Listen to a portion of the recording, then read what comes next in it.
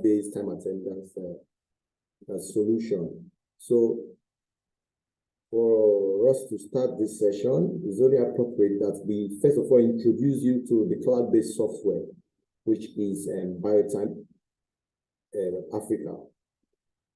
So we've noticed most times clients seem to get it mixed up. So during the course of this session, we'll introduce you to everything that has to do with Biotime, as well as the configuration, device adding, setup, and everything you need to know.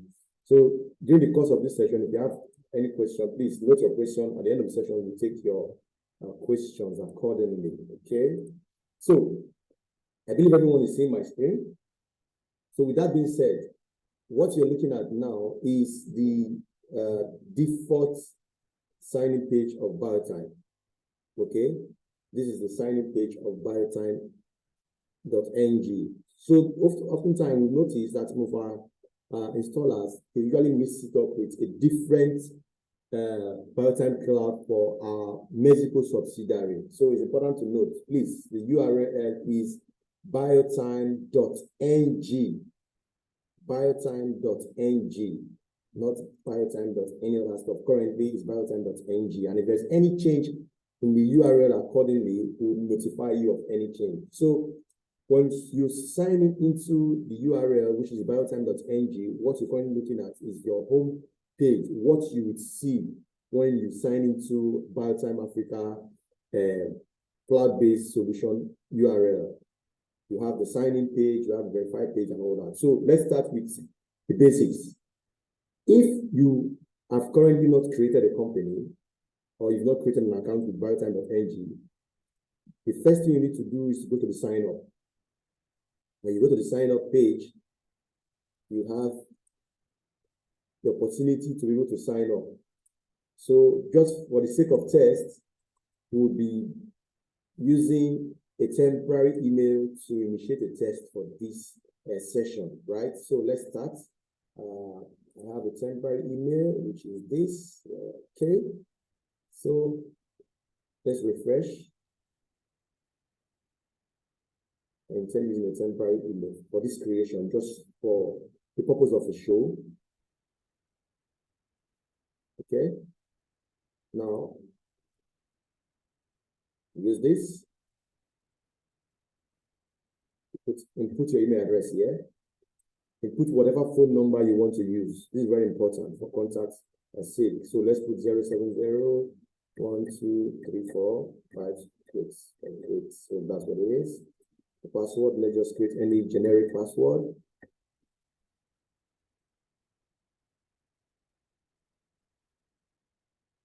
And you ensure to tick this. You need to agree to the terms and conditions. You can read the terms and conditions in this link accordingly. So very important you read the terms and conditions so you know what we offer, our solution and our terms, so you don't end up violating the terms of agreements for you to use our software. So it's very important you go through the terms and service to use this cloud-based solution accordingly. Very, very important. And also, if you would like to receive updates from Biotime Africa about events and promo, you can also tick that. You can untick. So this one, with that being done, you click on the sign up. Okay, so the password is still not matching. So let's just add something to make it more alphanumeric and secure.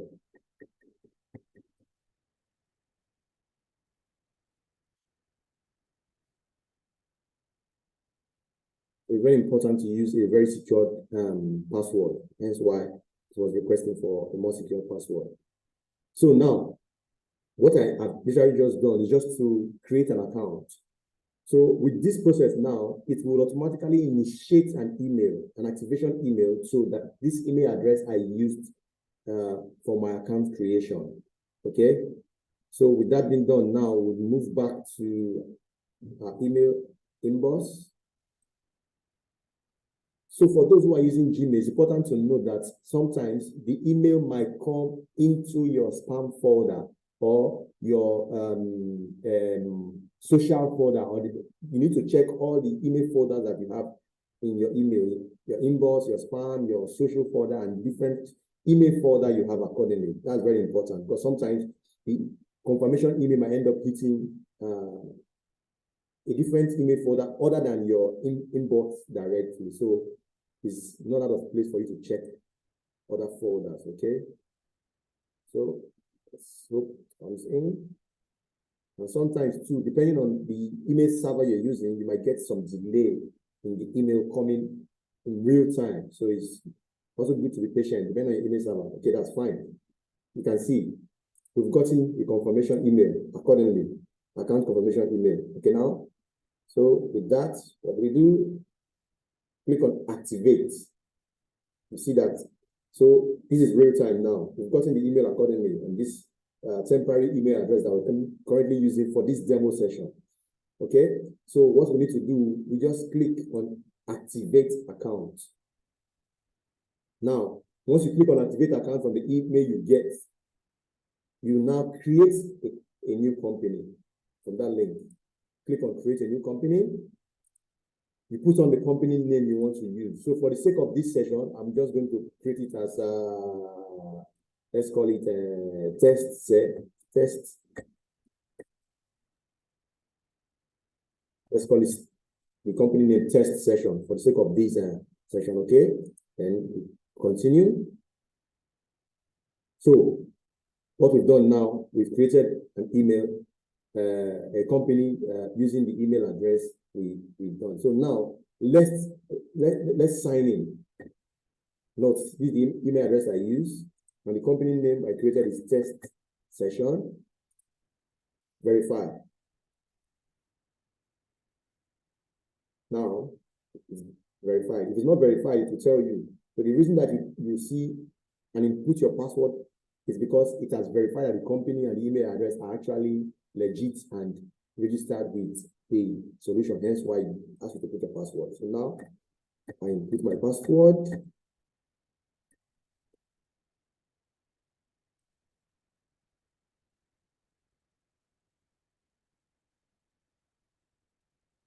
So you see, it's pretty much straightforward. Pretty much straightforward. The setup, the account creation takes less than 5 minutes. Less than 5 minutes, that I can assure you. And that's what you're seeing. You're looking at your screen. So now, this is the account we just created for the test for this session. Okay. So now, how do we proceed? You've created an account. You've signed in on Biotime Africa. What are the next steps for you to be able to use this cloud-based time attendance solution? The first thing you need to do is you go into your personnel module accordingly. On your personnel module, that's where you set every necessary thing you need to work with on your time attendance cloud-based software. So for this, we first of all need to go to departments and create departments accordingly. So under this, you might add different departments. So for this session, let's just create, let's call these ERD. Sorry, this is department ID. So note, by default, you have a default department created. I always advise people not to use the default to avoid issues of conflict. But if you decide to use it, it's all fine and good. So for sake of this test, I will create a different or a new department. So department ID, I will call it number 2, or I can call it whatever, depending on the naming structure I have in my organization. I can call it whatever, as long as it's an ID. Okay, so let's put number 2 here as an ID, and department name, we put ERG. Notes, parents. I'm not creating parents. So let's assume ERD is a department that doesn't report to any other department. It's not a sub or a subcategory under any other department. So I confirm. ERD department created accordingly. So let's assume that ERD department is subdivided into, let's say, support and innovation. Now, how do I create a sub-department under ERD? To create a sub-department, what I need to do is still click on adding a new department. Department ID, I put the ID accordingly. For the sake of this session, I'm putting number 3 as the ID. Then now, let's say I have a innovation, technology, and training. Let's call it ITT, okay? As a sub-department under ERD. So what I need to do now, I will now go to parents and select ERD as a parent. So what this simply means is saying that ITT, that's Innovation, Technology, and Training, is a sub-department under the ERD department, the units rather, under the ERD department. So that's what I just did now. So if you look at what we created, you see ITT as a department is a sub under ERD. And you can create as many sub and as many chains as you want to, okay? That being done, the same thing also applies to position. You create different position accordingly. So let's say, for example, we create the position, let's call it the COO position. Okay, and we confirm. And under the COO, let's assume we have the head of ERD, head ERD. So we create COO as the parent to head ERD. So what that simply means is saying that the COO is the ERD, head of ERD reports to the COO. So it's a chain, a flow of approval. So when we are doing our approval, requesting for leave and exemption accordingly, this position is what we use to do our approval flow accordingly. Confirm. So these are just the same process. You can create as many chains in this category as you want to, okay? Then the next thing you still need to do under the personnel module of Biotime Cloud is area. Please note, it's very important. By default, you have area 1, which is not authorized, okay? It is always advised not to add any device to area 1 as the default area. So it's best to create a new area, okay? Note, what you need to note too is that your area could mean different units, could mean different location. For example, your area could mean an event where you have multiple locations. Say you have a Lagos, then the head office, Abuja, then the head office, and you have sub or divisions or annexes. You can create that as an area depending on or for example, in Abuja or in Lagos, you have different buildings. You have building 1, building 2. You can also create that as an area. So what the area simply means is how do you sectionalize devices? How do you sectionalize people in terms of, okay, this person works in this department and is categorized to this area. You can use it for location, you can use it for building, you can use it for section accordingly, depending on how your client wants it to be structured, okay? So now, let's create an area. Let's add an area, okay? For the sake of this, let's call this Lagos. Let's call this Lagos. Mr. John from John Lock Automation, I can see your hand, please. I'm coming. I'll get back to you, please. Okay? I can see your hands. I'll get back to you. Okay? So now we create Lagos. And the same thing also applies. The chain of area versus sub-area, category versus subcategory that we've seen in department and position also applies to the same thing with area. So if, for example, Lagos as an area has a sub, in Lagos we have Alimosho, we have Ikorodu, you can create it as a subcategory, a sub-area under Lagos accordingly, just the same thing, the same way we saw in department position. You can also create a sub-area in the area section accordingly. So we create that. Now, done and added. Okay? So once you've done that, these are the basic things you need. These are pretty much the basic things you need to set up your personnel model.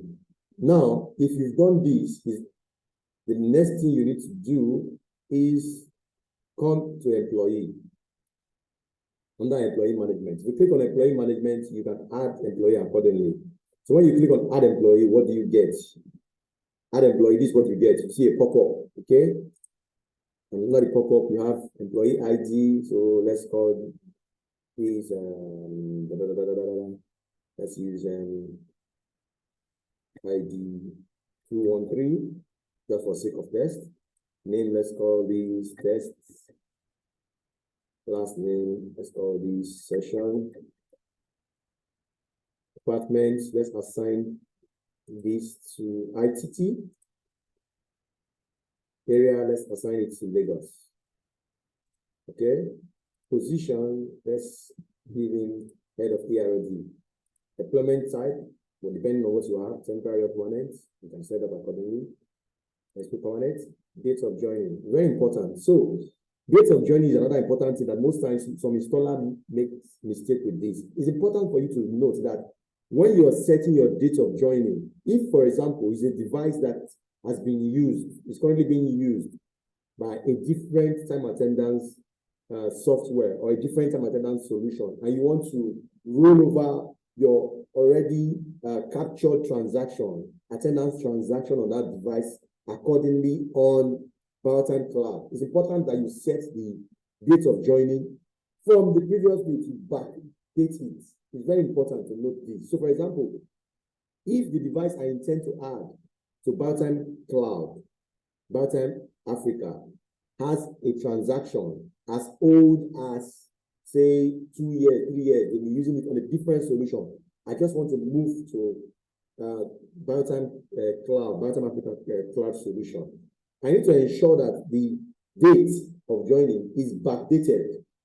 This is very important for me to pull my reports for previous transactions that have been captured accordingly on the device for every employee that has a backdated transaction accordingly. So in that case, if I have a transaction as aged transaction as old as 2 years, 3 years, I need to go back and set the date of joining accordingly. So I go and I set, for example, 2020, that's how backdated the information is. I choose the month and for lab. Okay, it's very important, please, for reporting and pulling of reports. It's very important to set this data accordingly in view of the reports you want to pull. Okay, when that is done, these are the most important things. The other stuff you also set, you have the device setting, verification mode. How do you want staff to verify? You can have multiple verification. Most times I will put any.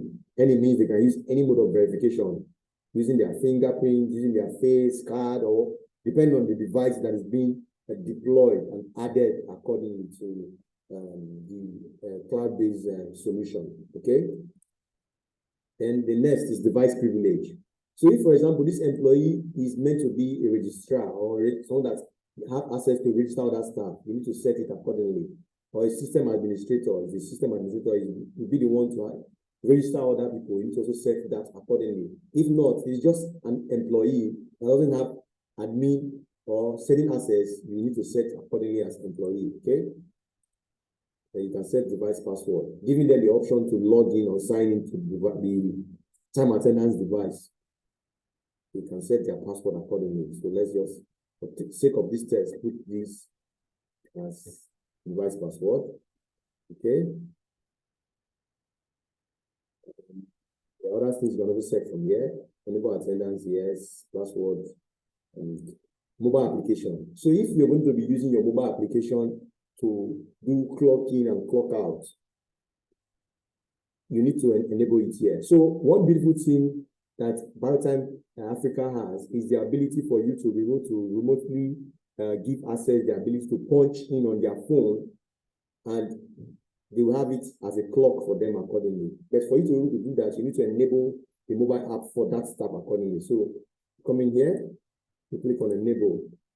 During the subsequent session, we will show you how to activate the mobile application for a staff who is going to be punching in or clocking in from his mobile device remotely. And the beautiful thing with our mobile punch on your phone is that it has the geomapping and geotagging feature. That means every staff that clocks in on their mobile device, automatically your location where you're signing in from is tagged and marked with your clock-in details. So with everything being said, want to confirm. Okay, so there's still a place that needs to be configured. That is the personal information. Some fields are very much required. The ones that are asterisks with red asterisks are very, very required. So we need to input the mobile phone number. Because for sake of test, let's put okay. And also very important is an email.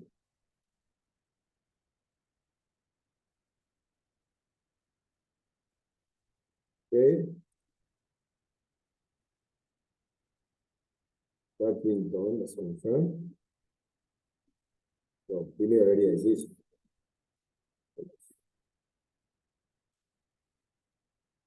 So it's important to note that you can only add an email once on our platform. So for example, if I used that email address before for a staff or for a creation of account, I cannot re-add that email to another person or to create another account. That's the security feature that we have on Biotime Africa. So we've done that accordingly. So this is the basic for the employee. With this being done, the next thing we need to do is now proceed to the device area. Then before we go to device, there's also another important thing we need to set before adding the device. Now, go to attendance module of the Biotime Africa. Under the attendance module, once you click on it, the first thing you will see is the rule. You need to set your global rule accordingly. It's very, very important, okay? Very important that you set your global rule accordingly. So your global rule is what will take precedence in the event a staff is not added to a specific shift. Your global rule is like a rule where you're saying, with all being said and done, if X and Y does not happen, this is what applies to every staff that is created on this company accordingly. So it's important to set your global rule. So in the global rule, the first thing we have is the basic setting. You set your duplicate punch period. How many minutes do you want your duplicate punch period to be? 1 minute, 2 minutes, 3 minutes. So duplicate punch simply means when I clock in on the device using my face, fingerprint, or whatever mode of verification I use to authenticate on the device, how long again can I be able to re-authenticate for the device to accept it as a valid authentication? That is what duplicate punch simply means, okay? Then the next, we have the week off setting. So if you are having, for a staff or for organization that have a week off, you can set it here. You can turn it on. Working day,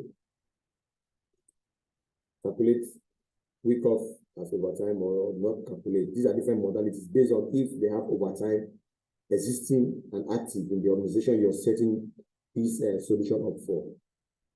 Would go further deep into setting overtime accordingly on subsequent session. So please do well to save whatever question you have on that. We can take overtime setting on subsequent session. Then we also have calculate overtime. Yeah, depending on how you want it, you can disable overtime, you can calculate overtime, you can set approval overtime and approval overtime priority. These are the different overtime rules that you want to apply. Okay, so calculate overtime is the most commonly used one. Calculate overtime means in view of how you want your overtime to work. So just a quick look into overtime. You can set overtime by virtue of level. Okay. So for example, your average work hours is 8 hours per day, right? You can set that after 8 hours, the first 2 hours is level 1, second 3 hours is level 2. Set the fourth or fifth hour after overtime is level 3. You can set that accordingly. You can split it. So in the 24 hours of a day, you have the first 8 hours as regular. That's the normal work time. Then you can now set the next 4 hours or next 2 hours as level 1 overtime, the next 4 hours as level 2 overtime, and you can just split the 24 hours. Of course, nobody will work for a whole 24 hours around the clock, so you can set that accordingly. That's what this simply means. Okay, and of course we have the app settings. Okay, so this is settings you set if you want to clock in on your mobile phone for employees who want to clock in use their mobile phone. Set required, function key required, work code not required. You set it to meet your preference accordingly. Okay, so with that being done, let's now go back to calculation setting. Very important. That's calculation setting we're going to be looking at. So we have when lateness exceeds 480 minutes, consider as what? So these are just different rules. So for example, if you have a typical example of say you work 8 hours per day, so that simply means 60 hours makes a minute times 8. That is 480. So that means you have 480 minutes of work per day for normal work. Okay? So if we put 480 here, and we say once lateness exceeds 480 counts absent. If it is more than once, someone is more than one absent as once, or we can start with once lateness exceeds, let's go with 240, count as half day, more than once, count as absence. When LEV exceeds 240,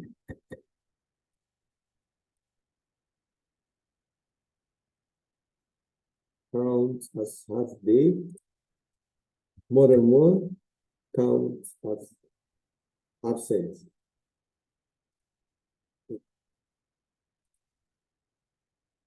Work duration is less than 270 hours, count as half day. Calculate missed check-in as what? Either set as absent, incomplete, or half day. Most times I prefer setting as incomplete. Calculate missed checkout as incomplete. So what that simply means is that if someone forgets to check out, is incomplete. You show missed checkout or missed check-in. Okay, so that's what that simply means. So it's always best to set it as incomplete so that you don't get it mixed up.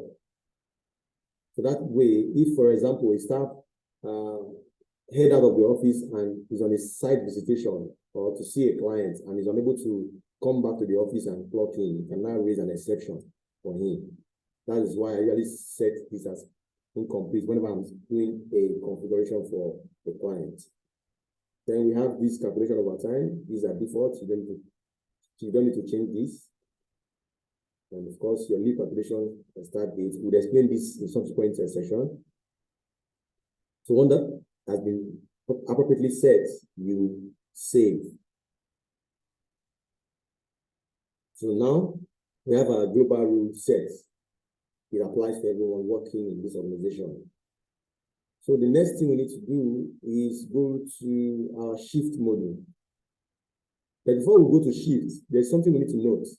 Your global rule applies to everyone working, or everyone that is created as a staff in this company, okay? But if, for example, you have in this organization, you have specific departments that have unique parameters that governs their shift, you can set different rules to apply to different departments, okay? So I just need to say, for example, let's assume we have IT department that has a unique rule, unique time, a unique shift, unique overtime that applies to them. You can set that accordingly. For test sake, I call these test ERD.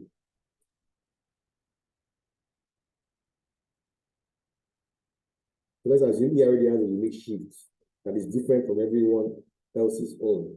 I can come in here and select ERD and set their overtime shift and their rule accordingly. So that means anybody that is assigned to department ERD, the overall global rule does not apply to him. It's the ERD sheet that will now take precedence over how his attendance or her attendance is prorated and calculated accordingly. So I set all the modalities, I set the overtime accordingly, and I confirm.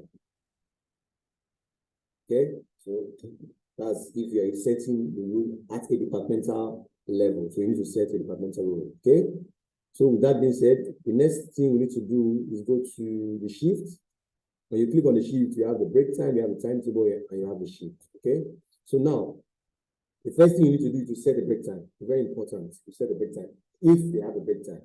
And when setting the break time, there are two principles that apply. We have the auto deduct break time and the required punch break time. So, what does these two options mean? These two calculation types of break time, what do they mean? Okay.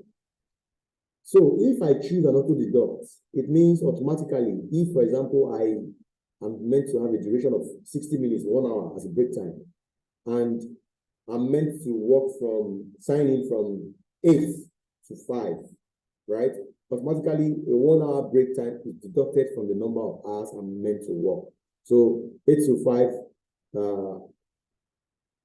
takes out 1 hour, rated accordingly. So if I'm meant to do 8 hours in a day, running from 8 to 5, or 9 hours running to 5, what I would see in the system automatically is 8 hours or 7 hours accordingly, because the 1 hour of break time has been automatically deducted.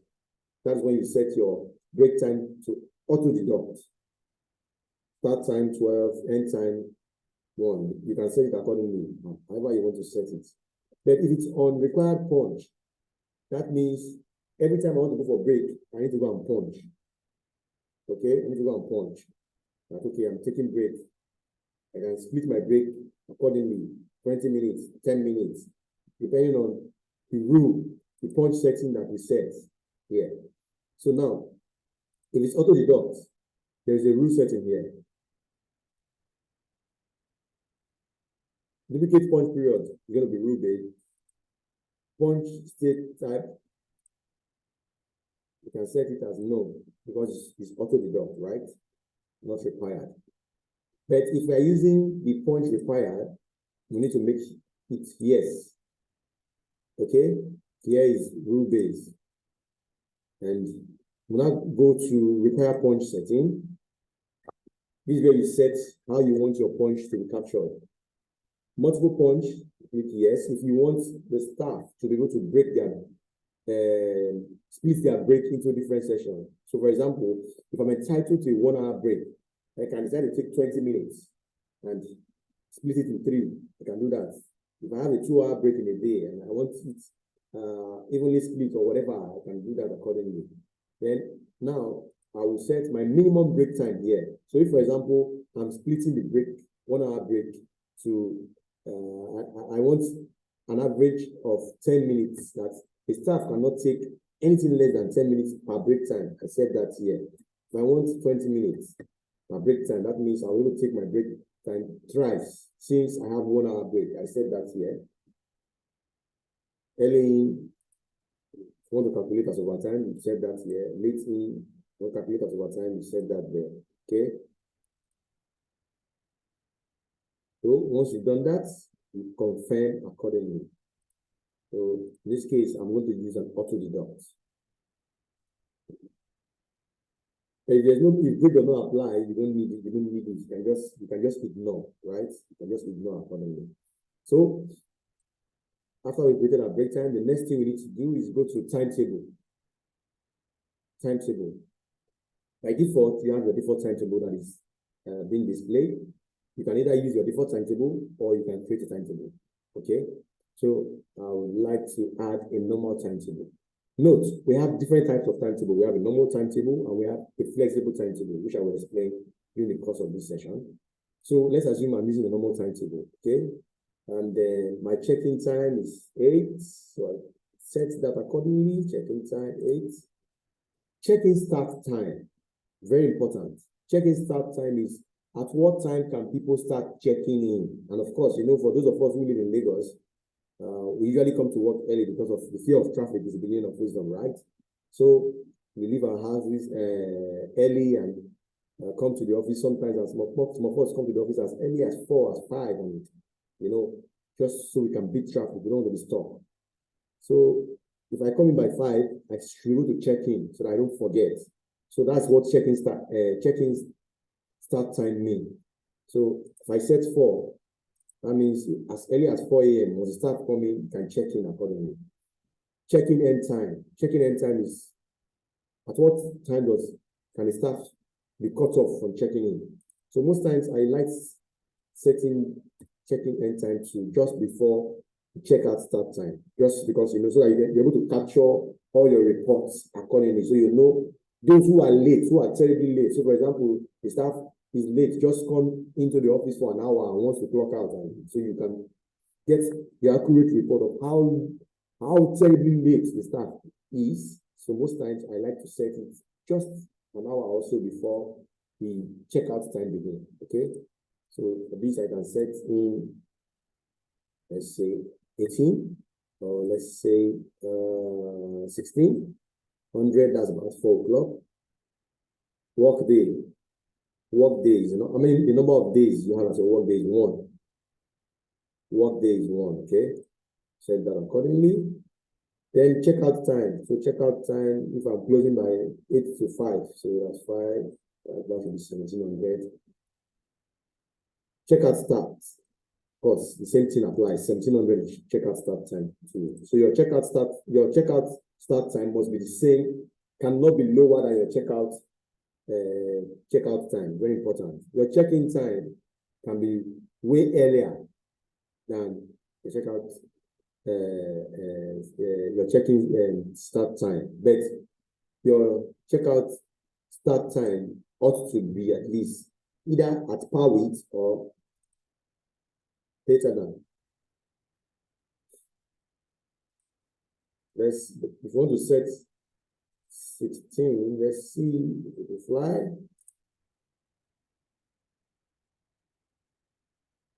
So you can set that. You can set an hour early. That's if you're giving early leave. You can just set it here, or you can set it in the rule setting, which we'll also see.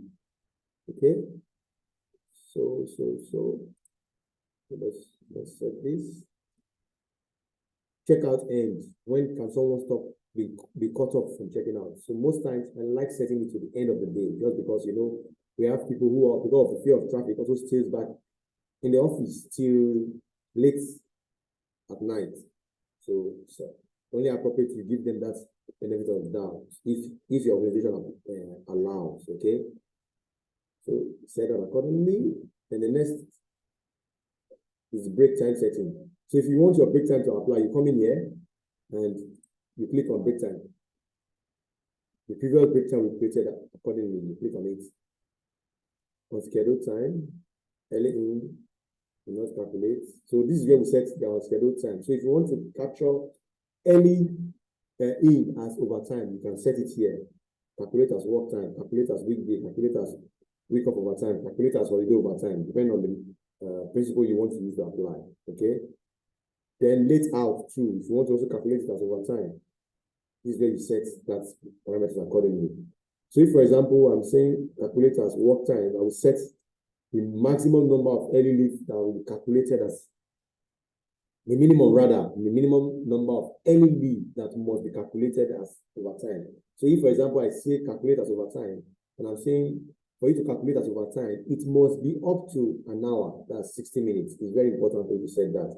The same thing also applies to your late out. If you want to calculate as overtime, you must ensure that you set the average time, okay, minimum time. That's if you're calculating.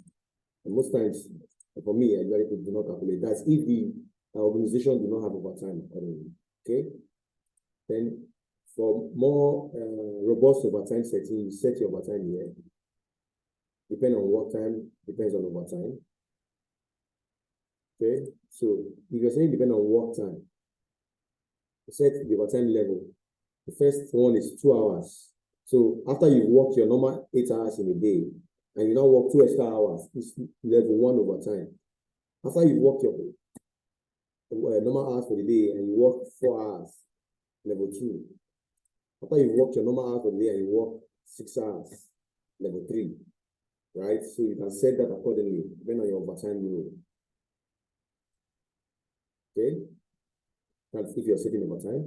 Then, once that has been done, you move to your rule setting. Another important area when you're setting your time table is this rule setting. So now, clocking required, of course, is yes. Clock out required is yes. Allow late in. Set your grace period. So you're giving everyone 15 minutes grace, or 5 minutes grace, or 2 minutes grace, or whatever grace period that applies to the organization accordingly. Okay? Allow early out. You can same with late in, just the flip case in this scenario. So allow early out by 10 minutes, by 30 minutes, by 15 minutes, or whatever applies to the organization. Okay? Okay. Punch interval type. Punch interval type should be rule-based. Very important. Punch state type. Punch state type, depending on what you have on your device. This is another important thing to note. Punch state type. If, for example, you want staff to be able to choose their punch state on the device, or you've automatically set and automatically switch punch state, you can click yes. But if it's a dynamic shift whereby you have multiple shifts, some people come in by this time and close by this time, and they have shifts that interlock with different punch time. So most times in that case, it's best to put no. In that case, that's where you have multiple shifts in a day. Put no. So that means it's going to pick the rule based on the schedule you've been assigned to as a staff. That is what will now govern that rule base, not based on the punch. But for you to be able to do that, you need to turn off your punch state on the device you're adding accordingly. Please note that for you to use multiple shift parameter and pick your report accordingly, you need to turn your punch state as no.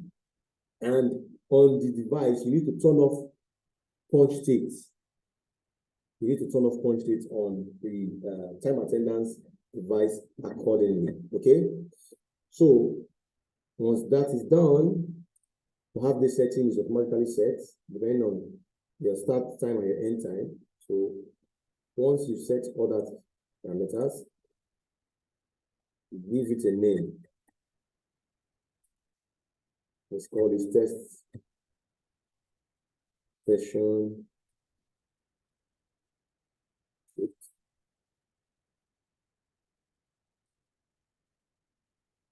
So created our timetable accordingly. Okay, so we created, sorry, should be a timetable, not a sheet, please. My apologies. Timetable.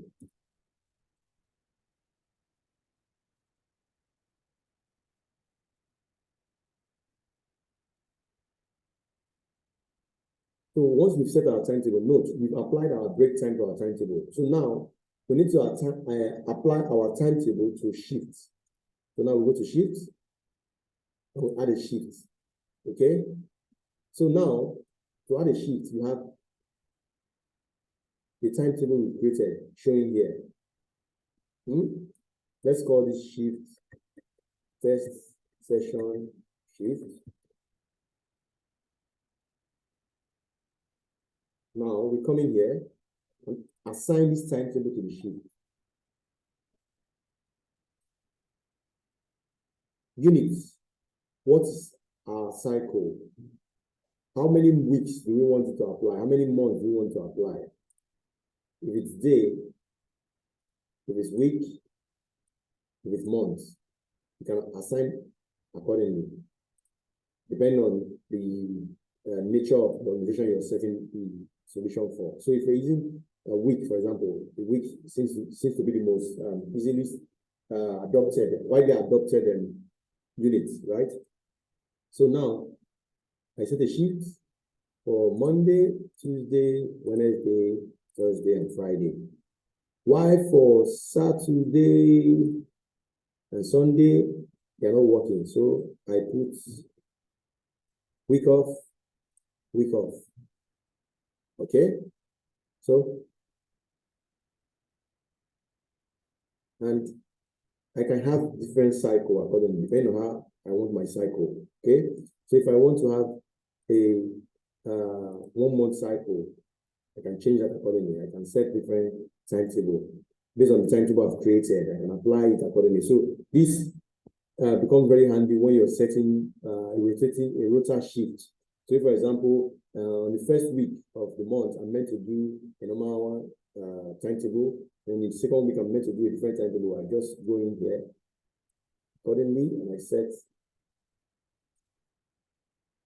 okay, set a different timetable accordingly, right?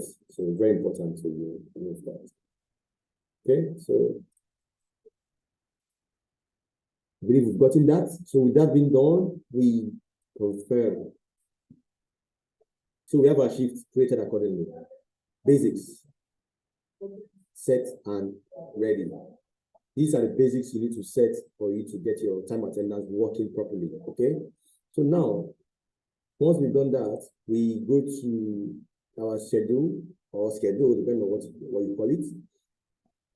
And we do employee schedule. So what it simply means, schedule simply means you want to assign people to different shifts, different time for them to work based on the shift you've created. So you have employee schedule. So this is the test employee you created. It's important to also note that if you want your report, like I mentioned, to pull a backlog of previous reports that the device has captured, you need to set your schedule accordingly.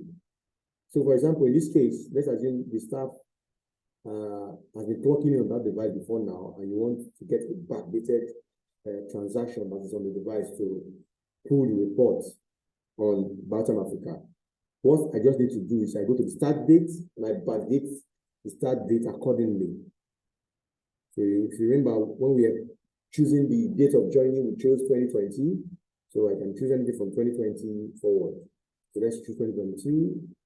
And this end dates, of course, has to be futuristic. See, as much as you want your end date to end, based on the shift and based on the schedule that the staff is meant to work, right? Okay. So, employee ID chosen. All your employees created right here. Then the shift we are assigning is test session shift. And once we have assigned the shift accordingly, we set the start date and the end date. We need to click on override any other schedule. So that means if, for example, you've assigned this very employee or these employees to a previous schedule, and you want this reviewed or new schedule to override whatever schedule they currently have on the system, you need to click on this. That is done. You confirm. Okay. So employee schedule is set accordingly. So we are pretty much set to do our reporting. But now we've done the basics. Another thing, yet important thing we need to do is to add a device. Add a device. So how do we do that? The yet important thing we need to do. Okay? So it's important to note that when you want to add a device, this URL we are looking at is very, very important when you're adding a device on Biotime Cloud, Biotime Africa. This is your cloud server URL, right? The one that I highlighted now is your cloud server URL. And that is what you need to input into the cloud server ADMS file of your time attendance device accordingly, depending on the kind of device you're using, okay? So for the sake of this, I'll stop sharing my screen now. So now, this is the URL that I need to copy, okay? Now, if we go to device module of Biotime Africa, there are some configuration we need to set before doing that. If you look at it now, you see that no device has been currently added, okay? So if you go to device configuration, there are things we need to do before we add a device. You need to set. First of all, if the device you want to add, you intend using the device as a capture and registration device, such that every user that is captured on this device can sync with your software and sync as a registered user, you need to set your device to enable as registration device. Then sync data to device needs to be enabled, of course, it's very necessary. Then you need to allow auto add, very necessary. And of course, you can filter resign employees. So any employee that has been categorized as resigned is already grayed out and hidden from the device, okay? Depending on what you want.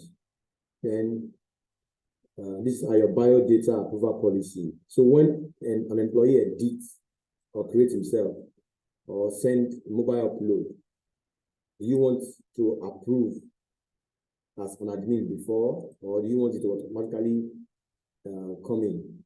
Okay. And also the same thing with your device. When a device does an upload, how do you want it auto approve? So these are the basics. Pending here, mobile upload should be pending, batch import should be pending, device upload should be auto approved. So anytime an employee edits this information, I need to approve as an administrator. That's what this simply means. Pending simply means I need to approve before it takes precedence, before it overrides anything, right?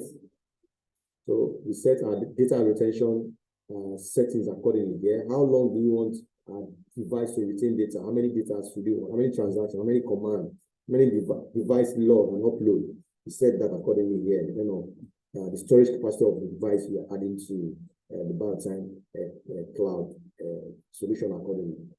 So with that being set, we can submit. We are all set and ready to go. So the next thing we need to do now, I will stop sharing my screen so you can see me adding the URL, which is this highlighted URL here, is to our time attendance device. So I will stop sharing my screen now so we are able to see me adding. I will resume screen sharing once we've added the device, okay? So now what we have here is an Horus E1 device. This is a facial recognition ZKTeco time attendance device, which is one of our very smart Android-based time attendance device. And this is what we're going to be adding. So we have several devices that work with Biotime Africa accordingly. So the first thing you need to note, adding a device to Biotime Cloud or Biotime Africa, you need to confirm that that device has the ability to be added to Biotime Cloud accordingly. Else, if it is not compatible, it will not add, it will not show on your cloud software. So now, believing and trusting that you've noted the URL of your organization that I highlighted while sharing screen, by default, the company name you use in creating your account from the onset would appear together as your URL for your cloud server. So for us, for example, we have https /test session.biotime.ng. That is our class server URL. So now I'll come to the device. Notes, depending on what the device you're using. For example, in Horus, we have this is the menu screen.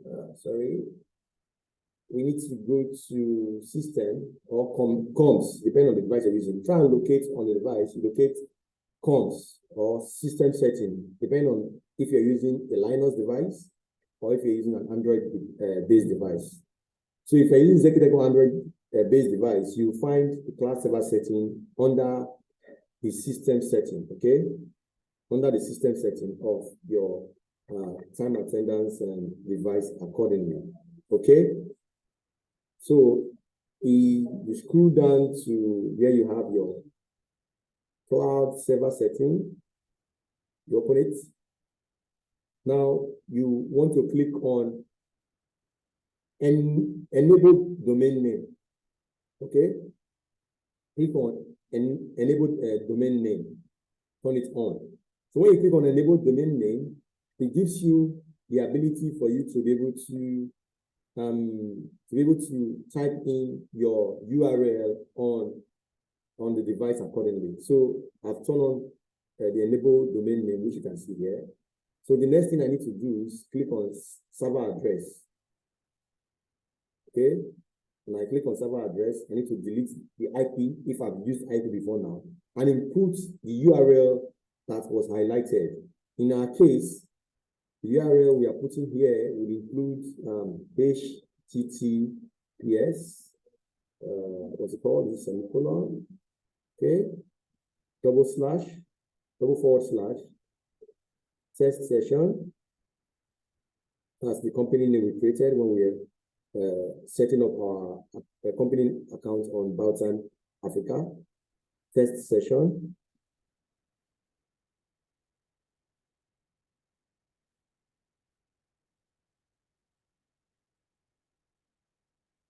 .biotime.ng.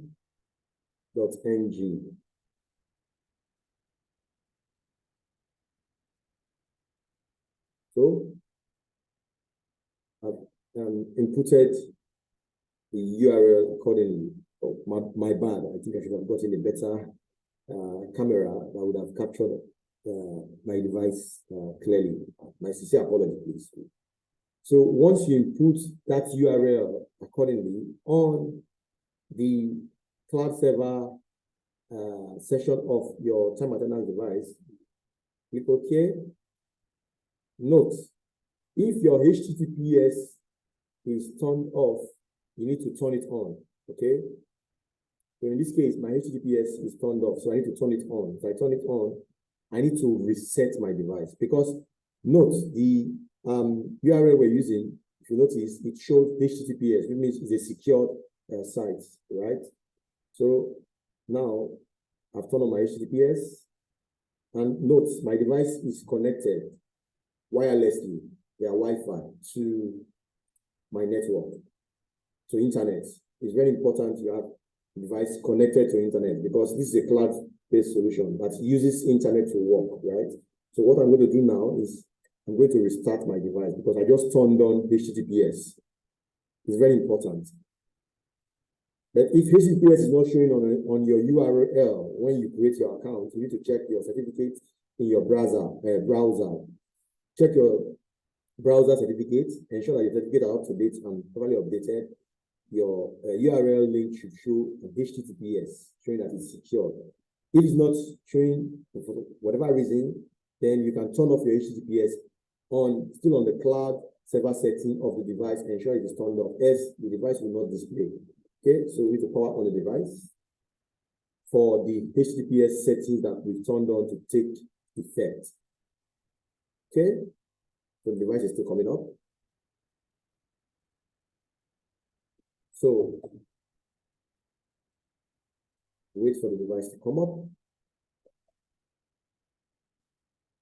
Device is still rebooting.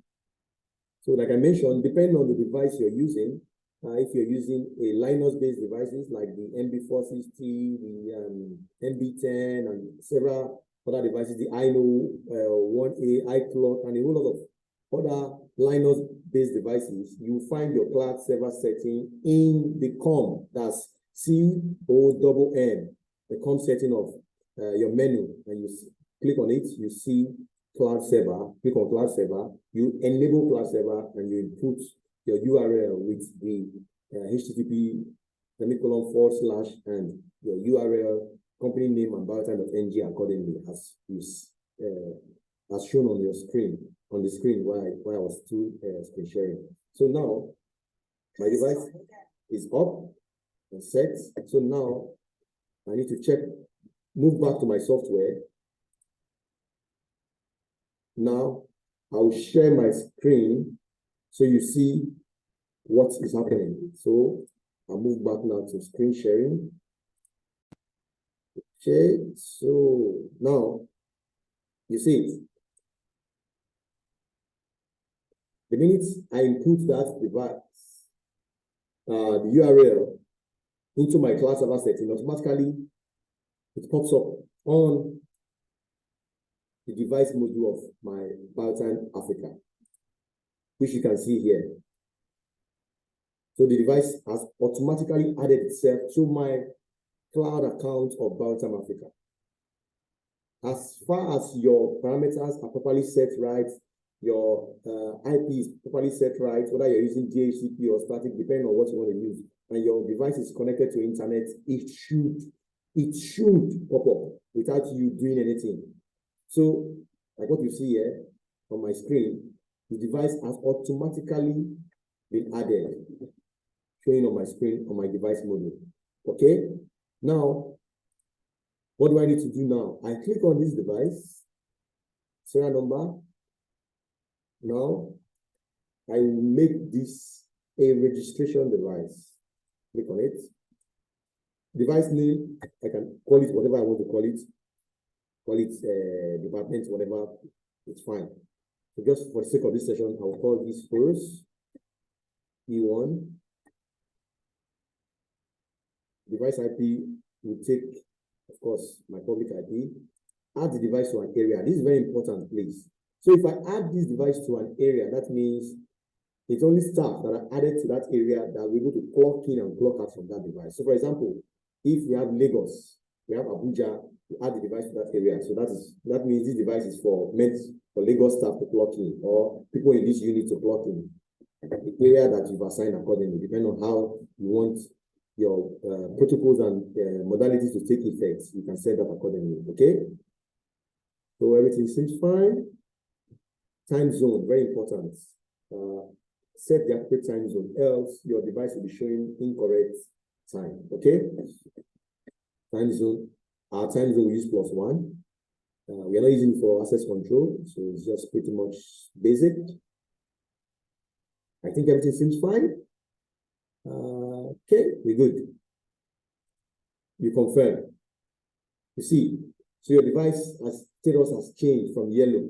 Note, before now, it was showing as yellow. Now it has changed to green, showing that the device is up, active, and connected. Okay, so we have our device connected accordingly. Now we might want to go further by synchronizing our employee with our device. Click on turn this on, we turn this on, we turn this on, we turn all of them on, depending on the device you're using, and we confirm. Okay. So you see, automatically, how many users on the device, how many finger face is captured and everything accordingly. So automatically, every user that is on this device would sync with the software, as well as every employee that has been created on this software would sync with the device automatically. Okay, so now note, once your device is connected to Biotime Africa accordingly, depending on what your device you're using, you will see at the top right corner of your device, you see the connection, social connection, notification logo, showing that it's connected to a cloud server. If it's not connected, it will show a red sign, but if it's connected, it will show a green sign or a ZK sign, the computer screen, depending on the device you're using, you will see it there. Okay, so that is done. So yes, another important thing you need to set is a work code. On your device model, you set a work code. Click on data, under your device module, and you click on the work code, okay? The work code is like a command that tells the device what to do, how to assign your shift accordingly. Sometimes, if you don't set a work code, you are not able to pull reports, okay? It's very important you set that. So, for example, for the sake of this session, I'm going to set work code on this device. So let's call this work code 1, 2, work code name, let's call it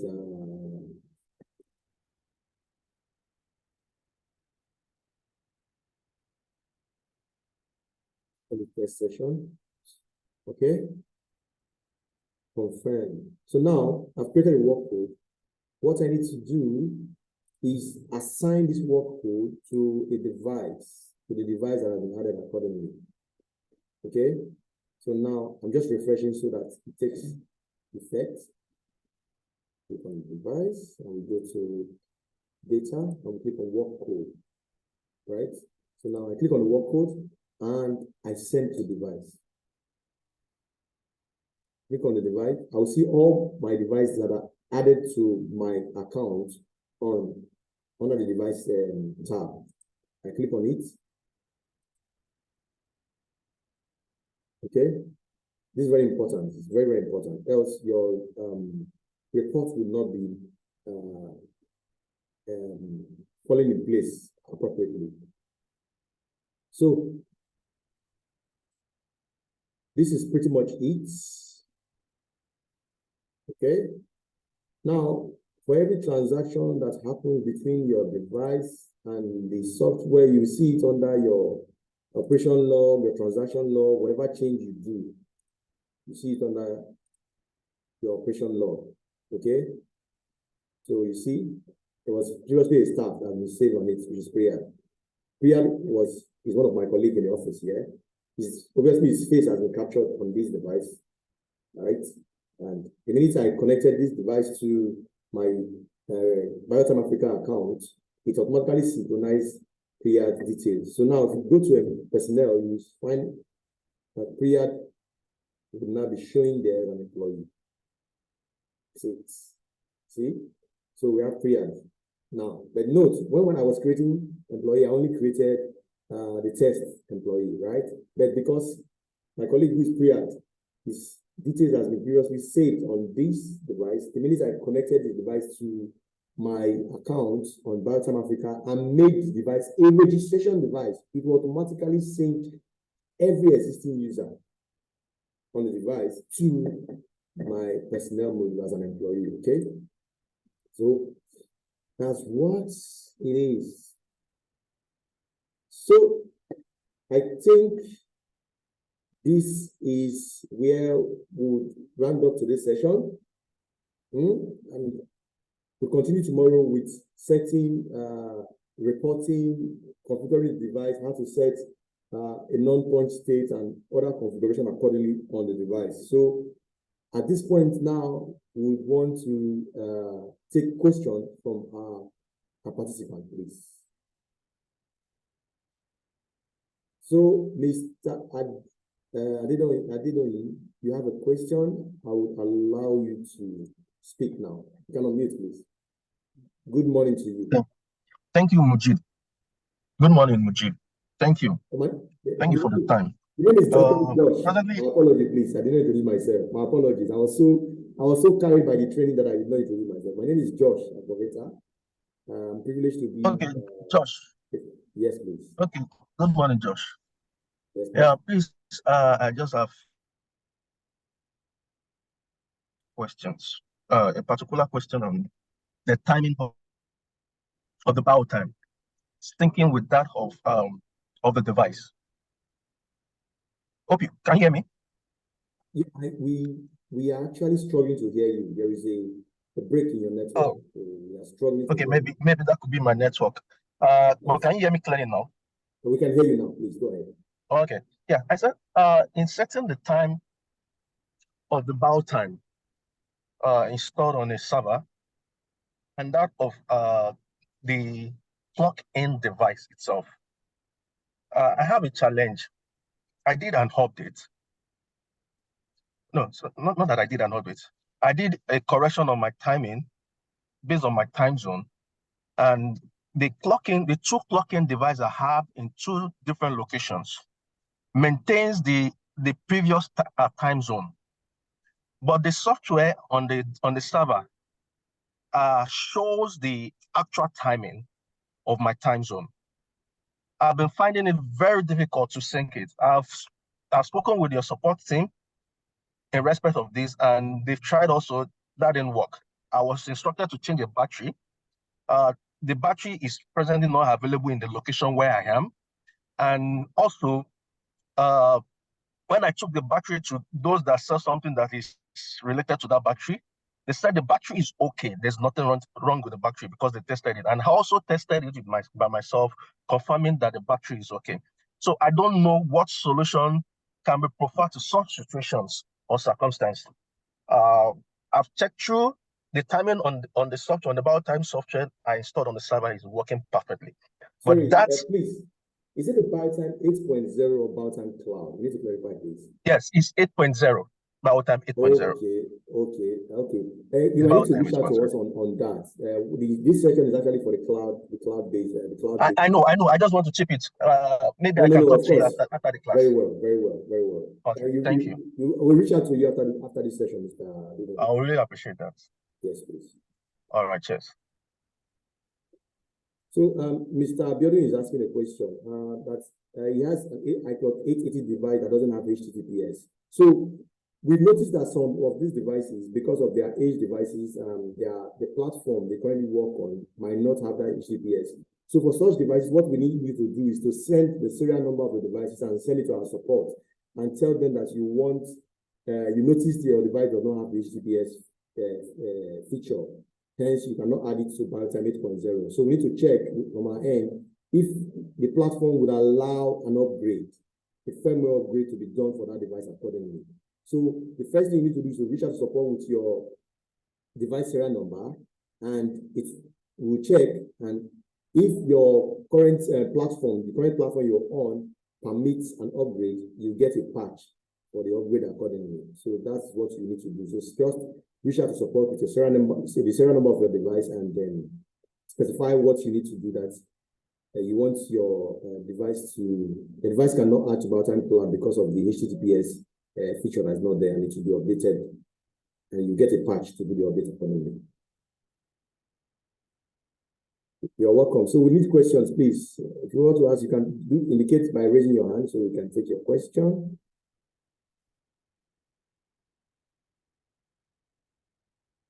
Mr. Timothy, raise your hand, sir. Okay, Mr. Timothy, I will unmute you now. Okay, please go ahead. Mr. Timothy, we can't hear you, please. Can you check your mic? We can hear you now. Can you hear me now? I say, good morning, everyone. Good morning. Thanks so much, Mr. Josh, for this wonderful privilege you've given us. Well, this Biotime Africa, it's a beautiful platform and it's broad. But one of my clients is also in this office. I think Mr. Abiodun is having a series of challenge, and I think he needs to talk more. He said he could not use some other features in the Biotime Africa, which includes the WhatsApp push, I think email or thereabouts. So he needed an assistance on that. He was the one that asked the issue of an iClock 880 is to synchronize it to other locations like Abuja, Port Harcourt, and Co. He has done 2 successfully. I think the support was marvelous from ZKTeco, and is extremely tremendous. We say thank you for that support, but he's still having some other challenge, which I think he's supposed to speak. Maybe he will be the one to speak more on that issue. Please ask him. So Mr. Abiodun, would you want to speak on that issue, please? Let me unmute you. Abiodun, please, you can unmute and speak. Let me talk. Good morning. Yeah, good morning, Mr. Abiodun. Okay. Good morning, everyone. So the issue we have, the subscription we made allow us to use 5 devices, and presently we have 4 devices. We have 2 in Lagos, 1 in Abuja, and then 1 in Port Harcourt as well. So for the Lagos one, we were able to, with their support, and thanks to Mr. Timothy as well for the follow-up. So we were able to achieve that, and we are left with Abuja now and Port Harcourt. So there was a patch they gave to me for the upgrade. So after I did that, the Abuja, the system was showing authentication failure, and the Port Harcourt one, it formatted the whole fingerprint on it.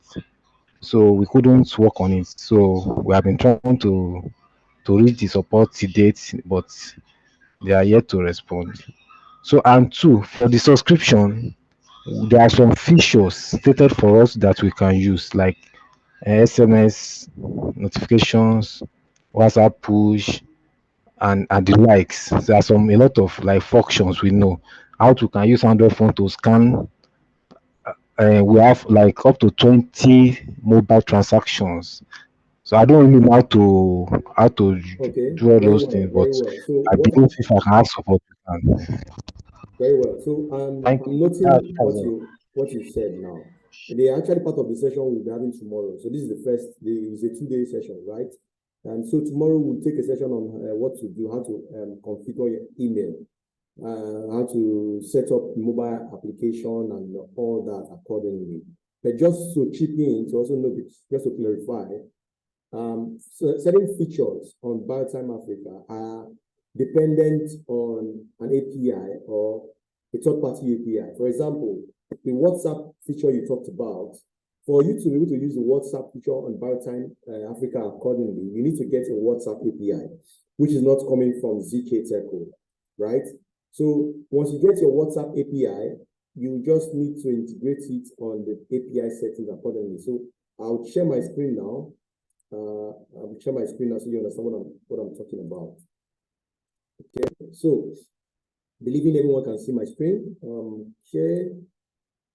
So now if you go to system, we have integration. Yes. Yes, okay. Under system configuration, we have WhatsApp setting. Once you get your API key is going to be like a link with an alphanumeric text. It will have been configured, reset accordingly. And what you need to do is to input the WhatsApp API key. Of course, most times you have to pay for it, okay? You have to pay for it, and you input the WhatsApp API key here, and you submit. And once you've done that, it will link your Biotime Cloud account with your WhatsApp API, and you can send and trigger a WhatsApp message accordingly. The same thing also applies to your SMS. You need to get an API key, a bulk SMS API key from your SMS service provider. You put that there. You put with your API key will come with a sender name or sender number, whatever they call it.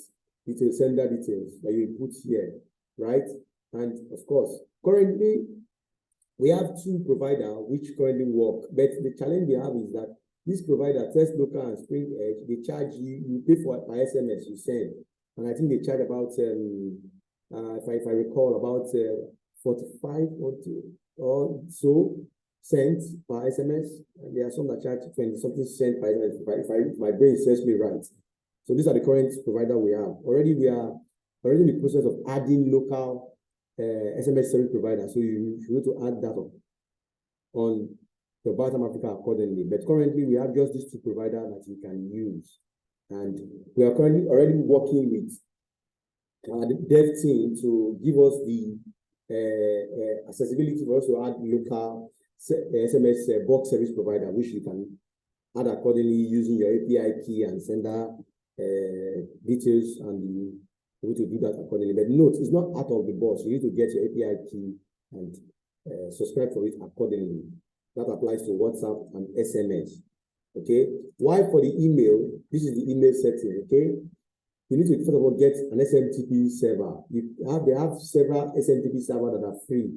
We'll set up this tomorrow, so you get an email notification sent to you, lateness, exception, and everything you need sent to you by email.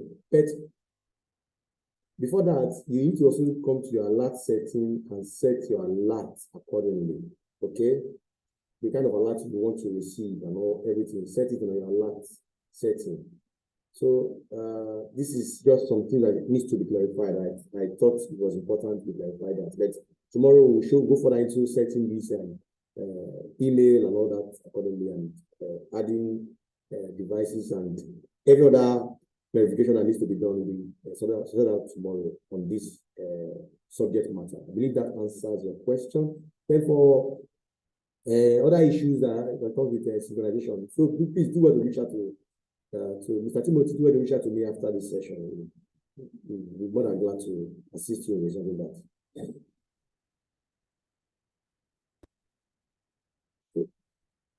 Are there still other questions, please?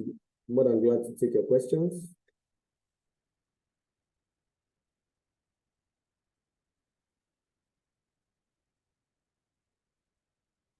I still see people asking questions on Biotime 8.0. Please note that this session is actually for Biotime Africa, please. Okay?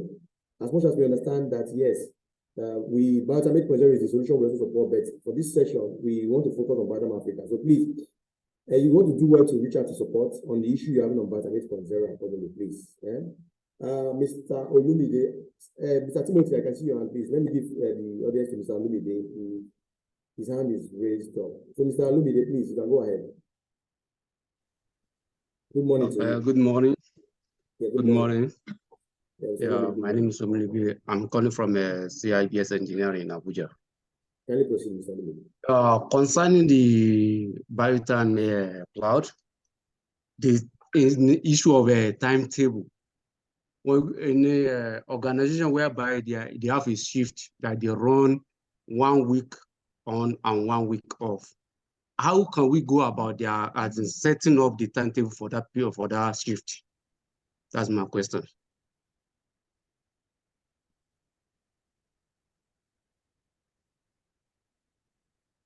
So to set a timetable for a shift, like what you mentioned, I took that session, but I'll just quickly run through it. I'll share my screen now so you see. Okay, so we have, if you go to attendance, you go to attendance, you have your shift. Click on your shift. Now, let's use this test session shift. Or let's just, I will not be able to modify because I've already added, already scheduled employee on it. So what I need to do is, let's just create a new sheet for the sake of that. It's only I believe you can hear me. So for what Mr. Olumide mentioned now, he has an organization. They have 1 week on, 1 week off. And I believe it continues like that as a rotation, okay? So for such a person, let's assume we have 1 week on and second week. So we'll now increase the cycle to 2 cycles. So the first week, let's assume the first week they are working normal shifts. Sunday, Monday, Tuesday, Wednesday, Thursday, Friday, and Saturday. That's the first week. Now, the second week is a week off, right? So what we need to do is click on week off, and second week, week off, week off, week off, week off, week off, week off. That's what we set, right? So if we set this and we've created 2 cycles for this shift already. Now the first week, they will do a normal timetable. Depending on the timetable, we can have as many timetables created here. We can have all of them displayed and showing. So you just pick the timetable you want to use to apply to the number of days or the number of days they are working. You apply it accordingly. Then on the week they are off, you click on week off and they are assigned it accordingly. That's all you need. So once that has been done, you confirm. And you're good to go. I believe that answered your question, Mr. Olumide. If you need any clarification, please do want to reach out to me privately on this. Okay?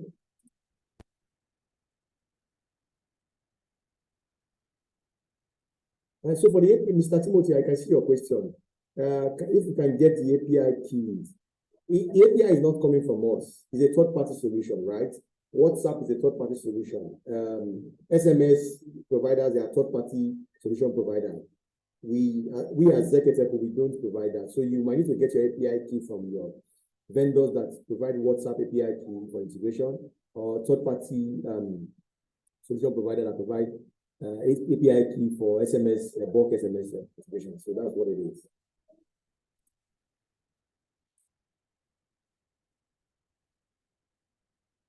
So we also have a question from Mr. Michael Wazier. Mr. Michael, kindly unmute and ask your question, please. Okay, good morning, everyone. I have a question on that shift. I recently just did a configuration somewhere, and I wanted to be sure that it has multiple time in a week.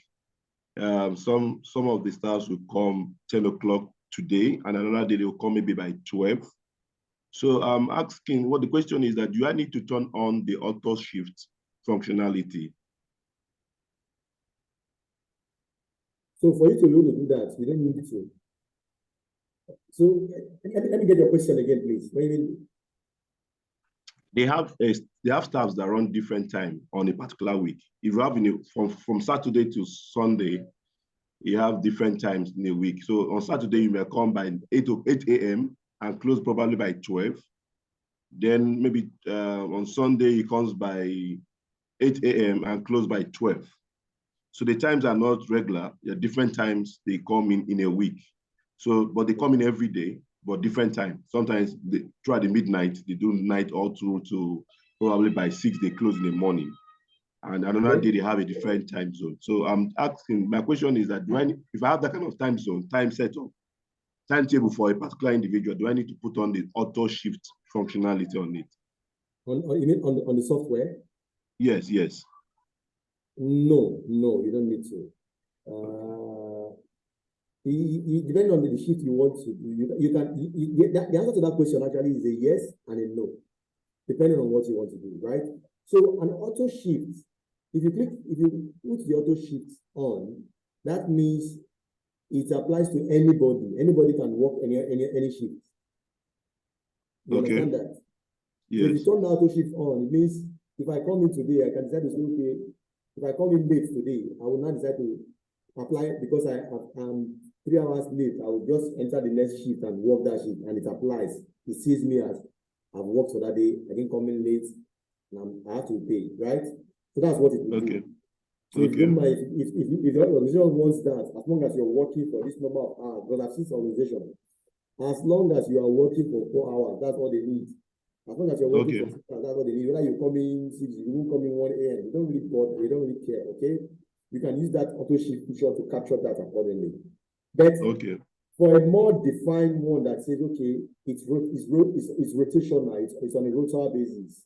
Today, this week, you're meant to work 8 to 12. Next week, you're meant to work 1 to this, and you want it to be on a successive rota like that. For you to do that, you go to your device. On your device, there is a place where you have punch states. Yes. What device are you using? Is it Android based or is it Linux based? It should be Linux. Okay, if it's Linux, you get your punch state under your personalization menu. You click on the device, you see you have personalized. Then you see punch state. Go to your punch state, right, on the device. So you're using a Linux-based device. Change the punching time. Now, the punching time might be either automatic or manual. You will entirely turn off the punch state, okay? Turn off the punch state. Once you turn off the punch state of our ZKTeco device, automatically, whenever it starts punch in, it's going to throw the algorithm that it will throw. It will throw a 255 algorithm. The 255 algorithm by our devices, based on how it was programmed, simply means a punch is captured, right? It doesn't have a state, whether it's check in or check out, whether it's break in or break out. So the software that the device is connected to will now be smart enough to say, I've gotten a 255 code, and assign that 255 code based on the schedule rule, your shift schedule rule. So if I punch in by 12 and I'm meant to start work by 1, automatically it takes that punch as my check-in, my first in. Yes. I'm meant to check out by 5. Take that punch 255 on that device as my checkout by 5:30, right? Yeah. So that's what you now apply. So once you do that, anybody can come in and punch it anytime accordingly. So at the end of the end of the month, when you're pulling a report, you calculate your report accordingly, and it will distribute your reports in view of the modalities and the protocol that you've set according to the shift that every staff is meant to work daily, weekly to monthly, and depending on the shift, the scheduled duration they're meant to work. You get that? Okay. Yes. Yes. Yes. Thank you so much.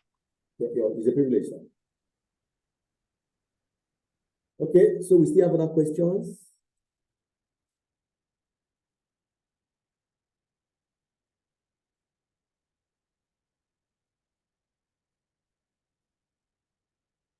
So Mr. Olumide is asking a question. A place where someone has to clock in at the beginning of the week and clock out at the end of the week, how can they go about that? Okay, so that question he asked now is referred to as a cross-day shift section. I'll share my screen now to show you how to set a cross-day or a cross-week shift, okay? So set a cross-week shift. Let's use test to work on this. So you set that from the timetable. So on the timetable, let's see what it means. So, for example, if I'm coming in, this mostly applies to people that work offshore, right? They come in, they work 7 days in the vessel, and they check out after 7 days, and they stay off week off for 7 days. So how do you set that? So when you set in the check-in time, right? And you check-in start time, you set 8. Cross day, you can put a -3 cross day. Check-in cross day end.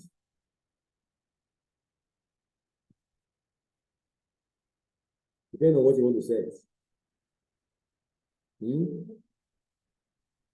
So I have at least a 1 day grace to check in. So -3 means I can check in 3 days before, right? Then check out, we set the time. So I'm meant to check out on 8 p.m. 7 days after. So I come in here, check out cross day, I put this. Okay, so this is the maximum that we have. 3 days before and 3 days after. So you look at this period now, you see it will capture at least a whole 6 days check-in. That's the maximum we have, right? So if you want it to be updated and check out cross day plus with this, cross the end. So we do plus this. So that's how you used to set that for that people who come in 7 days and they're meant to work for another 7 days. Use check out start time -3 cross day, then check out check-in start time -3 cross day, then check out start time +3 cross day. So the maximum we already have is 3 days before 3 days, which is 6 days. So, but if you need, subsequently we will update that to cover more days, but this is the maximum we have. So this is how you set that to accommodate for those who are meant to work for a straight 7 days or 6 days rather rotational shift. I believe that answers your question, Mr. Olumide. There's someone who's using iPhone. The person name is not there, so I don't know. Hands up. Can you unmute and ask your question, please? Okay. Yeah. Good afternoon. Good morning, rather. My name is Joseph. Joseph, so I have from Lagos. Okay. A privilege to have you. Yeah. So one question. Well, this session is recorded, right? Yes, it is. Are we also going to have access to it? Of course, if you want. Unlike we've also messaged on the chat group, we have several of these videos on our YouTube channel. Okay, we have hands-on technical sessions, how to do sessions on our YouTube channel. So it's one resources that we want installers and other people to have. How to add devices. What do I do if this happens? We have several videos and we are constantly updating these videos. So you want to equip yourself with these videos on our YouTube channel accordingly. You can proceed. Please. Okay. So and again, for the email, so I saw there's this thing I saw, this FTP. I really don't understand what FTP is. You know, I think when you want to add emails, I tried doing a setting and they were asking for FTP. So I really don't understand what it is. I was going to check it out today and I didn't have the opportunity to ask you. No, so the FTP setting is not for email. Okay. The FTP setting is for a different thing entirely. So the FTP simply put is a file transfer protocol, right? So you are saying, for example, you want all the reports that are calculated automatically exported to an external server, okay? And you want at certain server, all exported files are transferred to certain server. So that FTP is just saying, okay, I want to reroute my reports at this server to this server. So automatically it's backed up. So in the event, whatever happens, there's a crash or whatever happens, I have a backup server that I can fall back to. That is what the FTP is for. Okay. So for you to set up email, it's under email setting, which I show accordingly, right? The SMT server. Yes, SMTP server. SMTP server. SMTP server. So under the email setting, SMTP server, you get your SMTP server from your mail service provider. Depending on what the mail service provider you're using, right? For example, I know we have SendGrid, Sendinblue, we even have Gmail that has their own SMTP server, depending on what you want to use. So you can SMTP server accordingly. There are SMTP email server that are free. Like for example, I know Sendinblue, they offer free SMTP email services that you can integrate to get automatic email sent to employees, admin, in event of lateness, exceptions, and all that accordingly. So it's on the email configuration. This is where you configure it. When you create an SMTP email address, you get an SMTP server ID, you get a port, you get your email account, that's the email you use, and of course your password and the email address you want to display. So that's how it works. Okay. And again, sorry, my last question. So the push. Some people they clock. Is it the first clocking, the first push, the first clocking that it would receive? Or some people can do multiple clocking. Like if you're using the face, you could just keep capturing the face. So which one does it use? Is it the first? Where will I get that setting to ensure that okay, this is the first settings for clocking, and the first settings, the first clocking for the last first and interface last, for the first and last clocking. Yeah, first. Okay, yeah. First and last. So you can set that on your duplicate punch accordingly, right? And based on your timetable rule, it will tell the software what to pull. For example, like the rule I said, I don't know if you joined the session midway. The rule I said when I say under the timetable rule, and I didn't say punch state based. I say rule based. So what rule based simply means is you are telling the software to pull time attendance record from the device based on the scheduled timetable rule. So even if I punch in 1 million times, I'm going to take my first and my last punch. So automatically does that? Yes. The system automatically okay. I just wanted to be sure. Yes, it does that. I'm going to take my first and my last punch. As long as within the scheduled period I'm meant to work, to take my first and my last. Okay. So please, can you help us share? Sorry, I lost you. I should share what, please?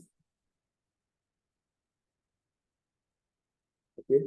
I believe you will join us maybe later and send us a chat what you wanted us to send. But for the materials and for the videos, you get it on our website.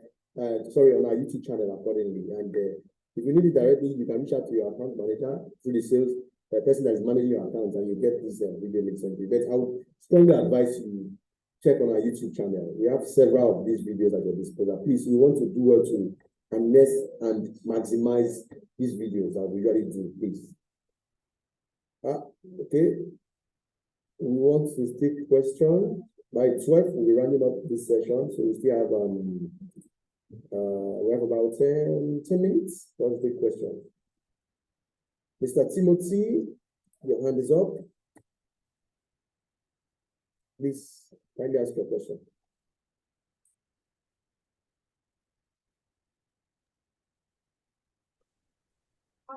All right. My question goes this way: is a client request. The client asks that he wants this customized software for about 100 Horus devices and about 10,000 staff. So he now asked me, which of the software should he use between Biotime 8 and also Biotime Africa?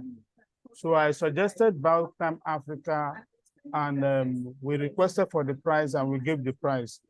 But so in the listen, the Biotime Africa is having, I think, the issue of SMS, email, and all those things. Aside from price, he said SMS, email is going to be a bit difficult for them to synchronize to those 1,000 people. That are they going to do it? And I said, well, maybe after the class today, tomorrow, I'll give him feedback.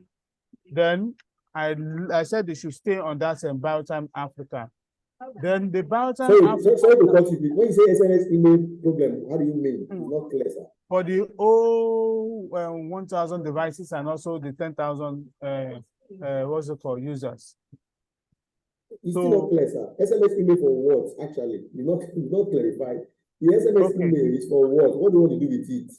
So is that the 1,000 staff? I don't understand. Clarify, please. Yeah, what you believe is when you have that the whole 1,000 staff should be able to be, or 10,000 staff should be able to be receiving their email. Maybe they want to do, maybe they want to clock in and get prompt email immediately.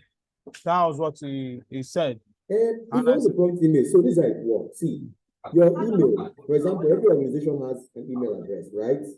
Where I currently work, I have our email address, which is my first name dot my last name at ZKTeco.com, right? So every staff that is created on the company would have their email address. It's that email address they will use accordingly. So when you're creating the employee, like you I don't know if you joined the session halfway. If you go to employee personnel, you can see I believe you can see my screen. If you go to personnel under employee, right? And I click on the employee. When you're creating an employee, there is a column for you to put the employee email. Automatically, is this email address, this employee email address that you use to do whatever activation or whatever access. If you put that, it's fine and good. If you don't want to use your official email, you can use their personal email. It's all fine and good. So that is it on the email issue. I don't know if that clarifies you, please.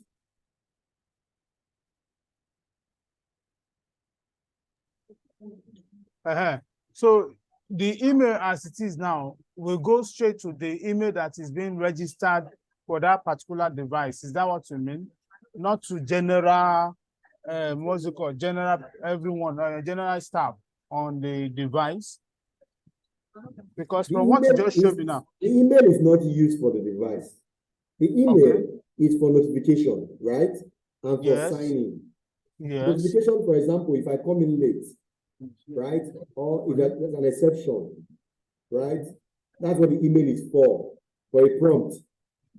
So if my email address, for example, if you're using it for a school, for example, and you want to use it to capture people's details, student details, when a child doesn't come to school and if his parents' email is there or phone number is there, and you're using the SMS, the parents get a notification based on the time you set by 9 that please note that your word, you can configure the message.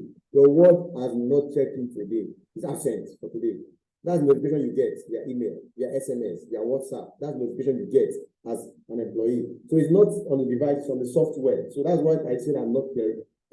So please. Hello? I'm with you. I understand. I now understand how it works. Now, I want to ask now, which solution should I prefer now?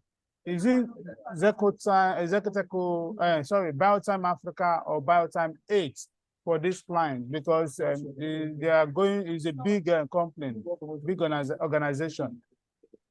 So the question is, answer to the question is pretty much dependent on what your clients want and need.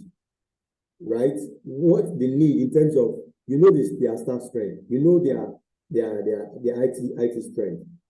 The truth is this: Biotime Africa is a cloud-based solution, and because it's cloud-based, it takes a whole lot of hassle, setup issues away from the organization. You don't have to worry about a server.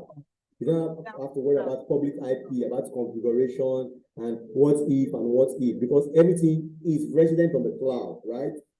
So you just sign in and you have access to it. But if you're using Biotime 8.0, there is a whole lot of configuration that requires someone with at least a good IT knowledge to set up maintenance, recurring maintenance. You are setting up a server that you need to maintain. That server needs to be on a strong HA, that's high availability level.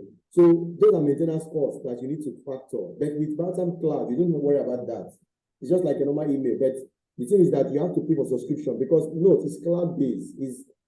So the solution is developed on AWS. We pay heavily for every user that is added to this cloud, right? So it's a premium, and because of that, you have to pay subscription on a monthly to yearly basis. So if they are not bothered about the subscription, I would recommend it.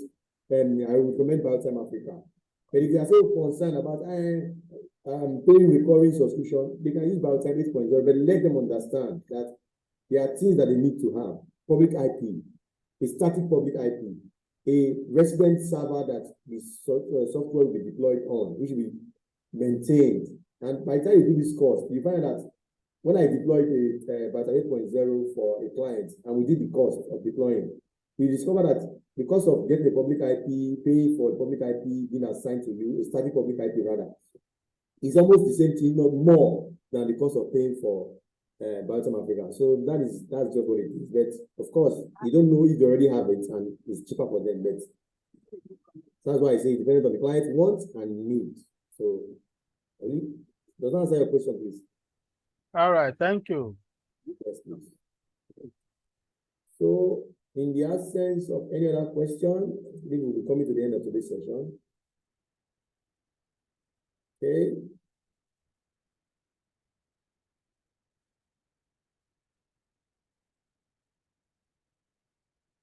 Okay, so any other question, please? Okay, so I believe Mr. Doing, since you have a question, that will be the last question for the day. Hello, can you hear me? Yes, please. Okay. The question I have is for any of the device, for any of the attendance device, clocking devices. Okay. We use it to collect the data on how the data of the users, both their biometrics, their fingerprint, and everything. So I want to know, for a particular specific model, can the data be migrated to another model? Of course, yes, it can. Okay, I just want to confirm. It can. You can do migration from software end, or you can use a USB. You export from a USB flash to another device, of course. But you need to understand when you're doing migration with ZKTeco devices, like I mentioned, we have platforms, right? We have different platforms, algorithm and platforms and firmware that controls the device on the back end. And if you're upgrading a device, you need to know that the device you're upgrading to is the version, they are a bit close to each other. You can't just upgrade from a version 5.0 to a version 12. Currently, we are on version, I think, 20 something. So you need to be sure that the version, the platform you're currently on is still more recent. And because, for example, now we have visible light image, right, which is on a 15 point something version. And we have some devices as old as 2002 that are using version 2.0 for IRA image, not even visible light. So those ones, they are not, there's nothing you can do, but you need to be sure if they are under the same close range, of course, you can do a modification. But if they are far apart, you have to capture and do a recapture.